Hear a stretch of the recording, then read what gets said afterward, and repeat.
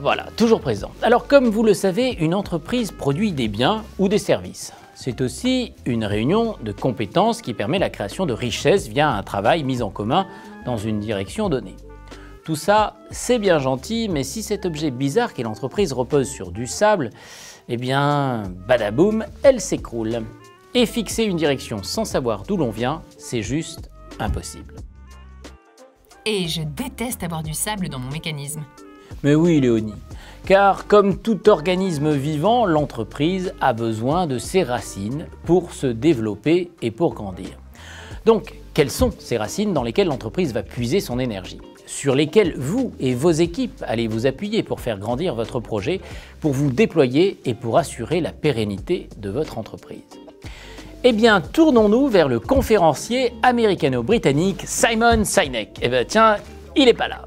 Bref, c'est Simon Sinek, celui qui a codifié en 2009 un modèle qu'il a appelé le Golden Circle et qui modélise simplement comment les grands leaders sont inspirants pour le reste du monde.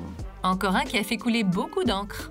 Eh oui, surtout à toi, Léonie. En fait, le but n'est pas de faire du business avec ceux qui ont besoin de votre produit, mais plutôt de faire du business avec ceux qui croient en ce que vous croyez. Ta-da-da! Ce que les gens achètent, ce n'est pas ce que vous faites, mais pourquoi vous le faites. Et Simon Sinek appelle ça le why. Et il explique qu'à l'inverse de ce que font 99% des entreprises, il ne faut pas vendre des biens ou des services et se demander une fois par an pourquoi on le fait, mais plutôt partir de vos croyances, de vos valeurs et transformer vos croyances en biens ou en services. C'est ce qui expliquerait pourquoi Steve J a suffisamment inspiré le monde pour que des gens soient capables de faire 5 heures de queue à l'entrée d'un magasin le jour de sortie du dernier Télépomme. Télépomme. Pour une fois, t'es drôle, Télépomme. Car il semble qu'on suit les leaders non pas parce qu'il faut le faire, mais parce qu'on veut le faire. On ne le fait pas pour eux, mais pour nous, parce qu'ils nous inspirent. Une fois que vous avez identifié votre why, votre système de croyance, ce en quoi vous croyez et qui va inspirer le monde, il vous reste à poser votre how et votre what. Toujours selon Simon Sinek qui n'est pas là. Il parle pas français, Simon Sinek. Le how, ce sont les actions que vous allez mettre en œuvre pour réaliser votre mission. Et le what, eh bien, c'est finalement la concrétisation de votre mission, c'est-à-dire ce que vous faites, ce que vous vendez concrètement. Des produits, des services, enfin lesquels, ça c'est un petit peu votre truc, quoi. Quand on est un chef d'entreprise sous la pression quotidienne, on n'a pas le temps de s'interroger sur toutes ces questions. Et pourtant, elles sont fondamentales car elles structurent non seulement votre business, mais aussi votre projet, ce qu'on appelle la réalisation concrète de votre vision d'entrepreneur. Télépomme maison, Télépomme maison. Elle est gentille. Reposer les fondamentaux de votre entreprise, c'est un peu comme les lunettes, voyez, ça permet de clarifier votre vision, de fixer vos objectifs et d'entraîner toutes vos équipes derrière vous comme le bon capitaine du navire que vous avez créé ou repris. Et c'est fondamental de s'interroger sur cette vision régulièrement.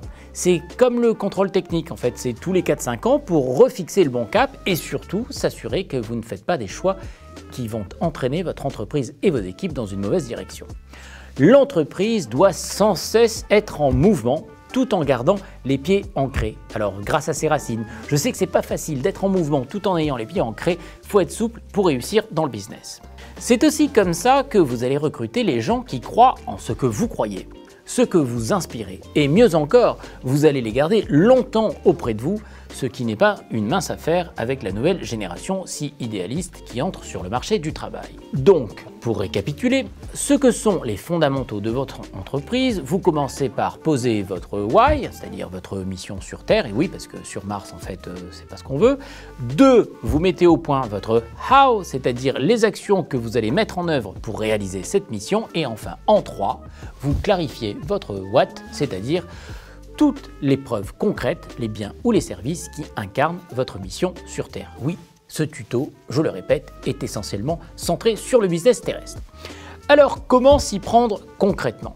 Eh bien, chacun de ces 3 piliers est découpé en 3 phases qui permettent de s'atteler à la tâche simplement.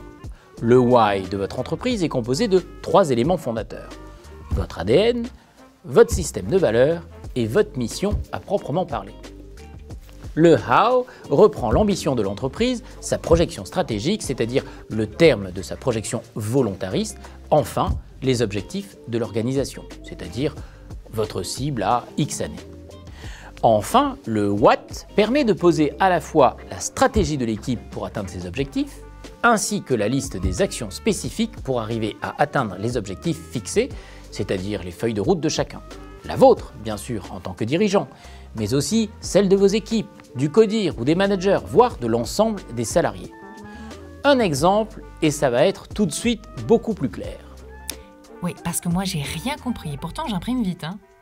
Prenons l'exemple de cette petite entreprise de charpente reprise il y a plus de 10 ans par deux compagnons du devoir. Elle pèse aujourd'hui 6 millions d'euros de chiffre d'affaires et compte 50 salariés. Ses dirigeants s'interrogent pour la première fois sur leurs fondamentaux. Ce qui ressort de cet exercice, c'est que le moteur de leur entreprise est de faire perdurer un savoir-faire ancestral, celui des compagnons du devoir, autant que de magnifier le patrimoine français public et privé. Grâce à cette prise de conscience, ils changent leurs objectifs de croissance, se projettent à 5 ans à 10 millions d'euros de chiffre d'affaires, autant dans la rénovation de chantiers majestueux, comme la rénovation de Notre-Dame de Paris, que dans l'intervention auprès des particuliers de leur région d'origine. Ils rajoutent à cela l'ambition de devenir petit à petit des grands seigneurs de la charpente, au même titre que leurs ancêtres bâtisseurs de cathédrales. Ce travail de prise de conscience de leurs fondamentaux les a réancrés dans leur réalité et leur a permis de s'autoriser à voir grand et loin. Ils sont clairs sur leur ADN. CQFD.